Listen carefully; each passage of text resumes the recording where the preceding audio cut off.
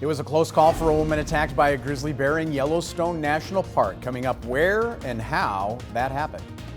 It only seems when people are in their most desperate moments of crisis that the scammers come out of the woodwork. I'm Cody Boyer here in Bozeman, talking about how unemployment scams seem to be on the uptick. Just ahead of 6:30 back here in Montana this morning, Caitlin Corbett, Chet Lehman, and Matt Elwell. After it was warm and kind of stormy yesterday, it's a little bit cooler, a little calmer today. I think overall you're exactly right. The temperatures are very mild early on because we have the cloud cover, and that's about it. I think today's been a perfect start to the day. The rain showers moved through. Generally talking about quieter conditions as you head into the afternoon today. We do have the potential a couple of isolated showers or thunderstorms. I don't think it's widespread, but it does look like we could see a few showers later in the day. Daytime highs into the 70s for today, both for Bozeman, Butte, east and west of the divide. We'll talk about warm up as we head into the weekend and a big cool down on the way out. We'll talk about that, of course, in just a couple of minutes. All right, thank you very much, Matt. A woman has some minor injuries this morning after being attacked by a grizzly bear while hiking near Old Faithful at Yellowstone National Park. Yeah, the woman visiting from Missouri on Monday and was hiking alone on the Ferry Falls Trail when she encountered two bears at close range. One of the bears knocked her down, scratched her on her thigh. She also received minor injuries to her face from the fall. She did decline medical attention. Now, park officials say this appears to be a case of a mother grizzly bear protecting her young. That's why the Park Service says no action will be taken against the bear. It is the first case of a bear injuring a park visitor in this 2020 season. Many outdoor recreation facilities are slowly opening back up in Gallatin County under guidance from the health department. But the operators of the Lewis and Clark splash pad in Belgrade say they don't think it'll be possible to safely open up until the state goes into phase 3 of its reopening plan. A splash park is not like a pool where there's lifeguards or staff here, so we have trouble managing the risk with the associated guidelines of maintaining 6 foot of separation with unrelated groups. It's a very popular destination, not just for citizens of Belgrade, but the whole counties. And there is currently no date for when phase 3 will begin.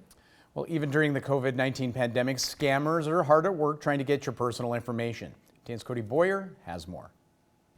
Like any other disaster, there are those out there that are going to try and take advantage of the situation. It's a scam that shares something with many others, preying on those who might be in their most desperate time of need. Sergeant Travis Munter and the rest of the Bozeman City Police say they've seen an uptick in dark clicks. People have been applying for unemployment benefits in other people's names, trying to get additional benefits sent to them. And by not having to do much more than fish out with links to your email. I'll get an email from whether it's Amazon or PayPal or whatever, trying to verify information. Now, Sergeant Munter says these red flags could come in the form of emails directly to your email inbox, in the form of coming from the U.S. Department of Labor and Industry.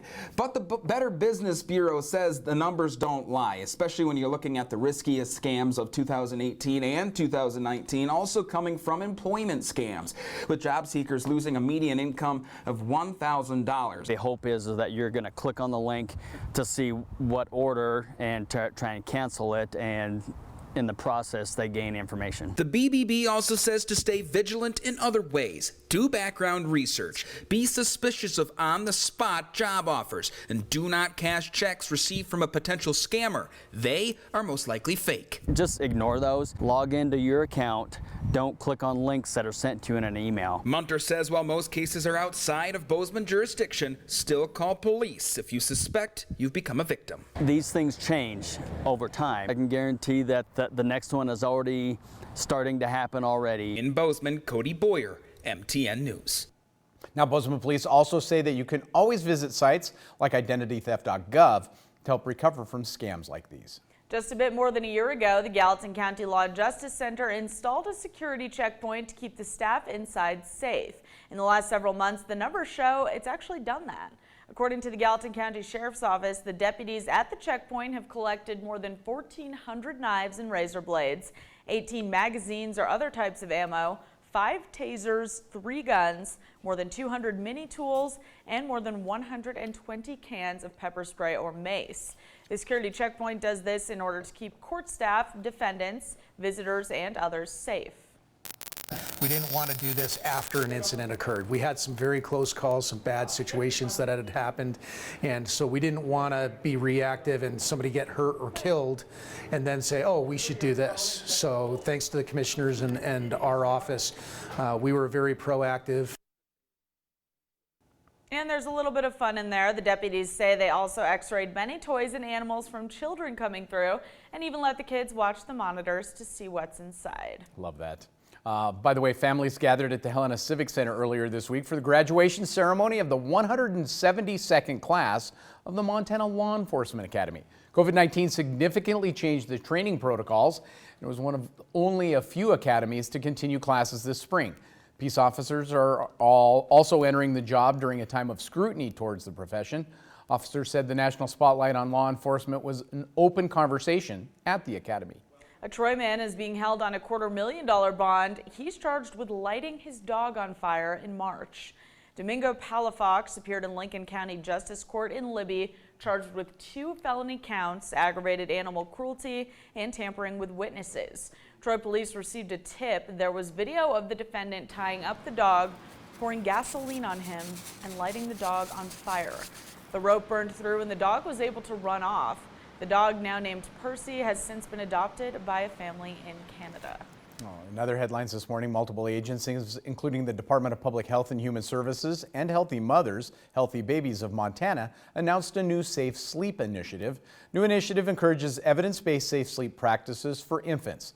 It also provides educational materials to families across Montana. The new initiative is a result of the meetings with stakeholders and focus groups with Montana families. According to the director at Healthy Mothers, Healthy Babies, improper sleeping habits is the leading cause of death in Montana infants. We really wanted parents to really think and learn and make decisions for themselves about safety and understand that there's things that they can do every single day if they're thinking about it that can help keep their baby safe during sleep and help them rest well too. The organization said they are offering free printing of the Safe Sleep campaign for pediatric clinics, family support, nonprofits, or anyone who wishes to learn about safe sleep. Well, since early May, millions of dollars in grants have been distributed to businesses and organizations across the state. For one recipient, the impact of that grant will offer more than just financial help. MTN's Megan Mannering has the story.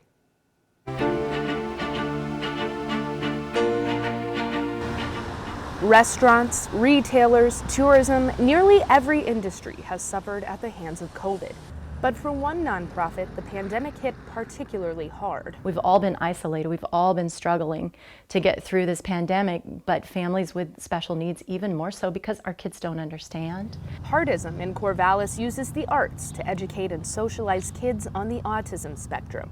On March 13th, Heartism closed its doors. Its founder, Jessica Fitzpatrick, worried for the long road ahead for the families who frequent the center. And you know, of course, we didn't know how long it would be. We were thinking a few weeks, maybe a month, and then months turn into many more months.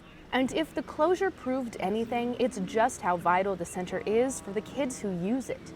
Fitzpatrick saw that firsthand in her own daughter, 15-year-old Sequoia, who was diagnosed with autism over 10 years ago.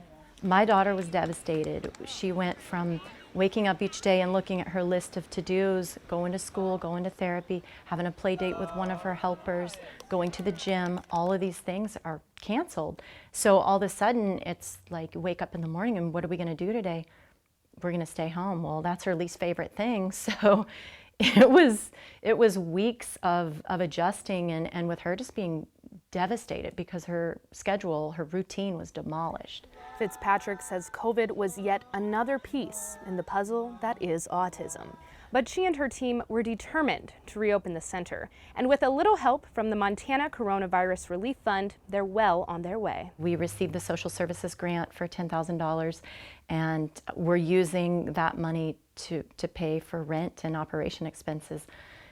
So we're covered through the end of the year, which is fabulous. Not only has Heartism rebounded, they're coming back stronger than ever. During the closure, the staff completed training to become the first and only certified autism center in the state of Montana. I think this community center could be a blueprint for communities everywhere.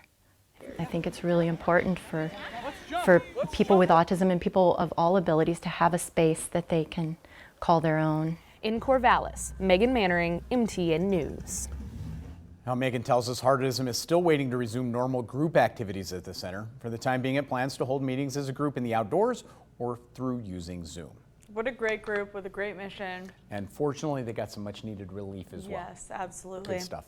Time now is 6:39. We're going to take a break. There's a new idea to boost the tourism industry, travel tax credits. Coming up, find out how it would work and why there's some opposition. First, though, here's what's ahead on CBS This Morning at 7. Good morning. Ahead on CBS This Morning, the latest on the coronavirus cases surge and a new CDC warning as the U.S. reported the largest single-day increase in cases since the outbreak began. Plus, we're on Capitol Hill, where there's talk of impeaching Attorney General William Barr after new accusations claiming he interfered in cases to help President Trump. And Emmy winner Billy Porter joins us to talk about how nationwide protests against racial injustice give him hope. All that coming up when we see you at 7.